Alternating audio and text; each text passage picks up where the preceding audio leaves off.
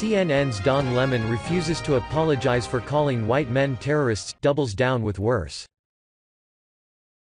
As if he hadn't said enough, chicks on the right are now reporting that racist CNN host Don Lemon has now decided to double down on his hate. As all of you might remember, just a few days ago the CNN host said this on the air. CNN's Don Lemon: "We have to stop demonizing people and realize the biggest terror threat in this country is white men, most of them radicalized to the right, and we have to start doing something about them." But now he's doubling down. Really, Mr. Lemon? The city of Chicago seems to tell us otherwise. Here is more via USA Today. At least 72 people were shot, including 12 fatally, over the weekend in Chicago, another eruption of violence in a city that has struggled with murders and shootings in recent years even as the national homicide rate hovers near historic lows. Theomandashia. In all the cop murders while Obama was in office, his Black Lives Matter rhetoric was never blamed for it, despite it being the actual cause. Yet liberals are blaming real Donald Trump for the synagogue shooting with no correlation? Police investigated a 13th murder, the slaying of a 32-year-old woman who was found dead around 9 p.m. Sunday in a bathtub with her hands and feet bound. The Cook County Medical Examiner's Office was scheduled to conduct an autopsy Monday to determine how the woman, Chantel Bowler, was slain. No arrests have been made in any of the incidents, but police said investigators have strong leads for some of the shootings. There is a shortage of values about what is right, what is wrong, Mayor Rahm Emanuel said. We as a city, in every corner, have an accountability and responsibility. If you know who did this, be a neighbor. Speak up. The violence, which police say is primarily fueled by gangs, disproportionately affects several swaths of low-income Black and Latino neighborhoods on the city's west and south sides. The latest shootings, stretching over a 60-hour period from Friday evening until early Monday morning, came after city officials expressed optimism that Chicago had made headway in cutting the persistent gun violence.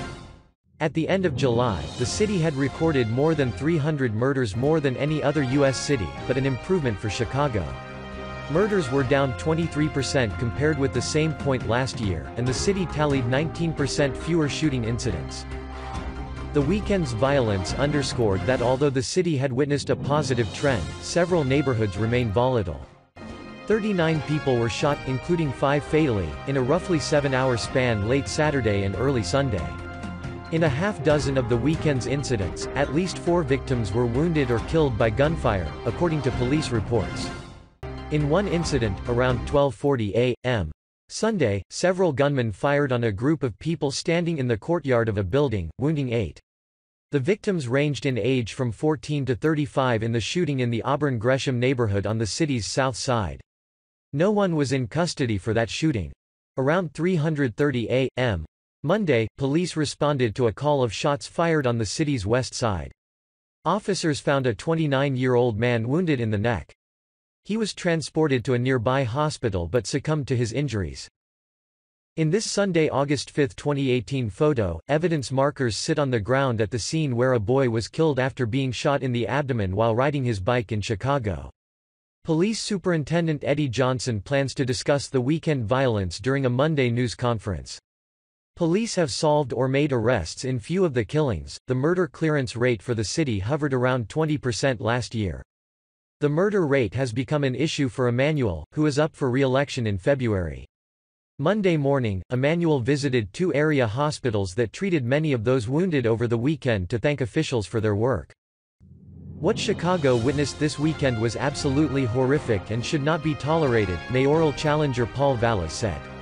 Right now, Chicago has one of the worst clearance rates for homicides and other violent crimes among America's major cities. This is a crisis in which 4 out of 5 killers in Chicago are literally getting away with murder. Why is Don Lemon still on the air?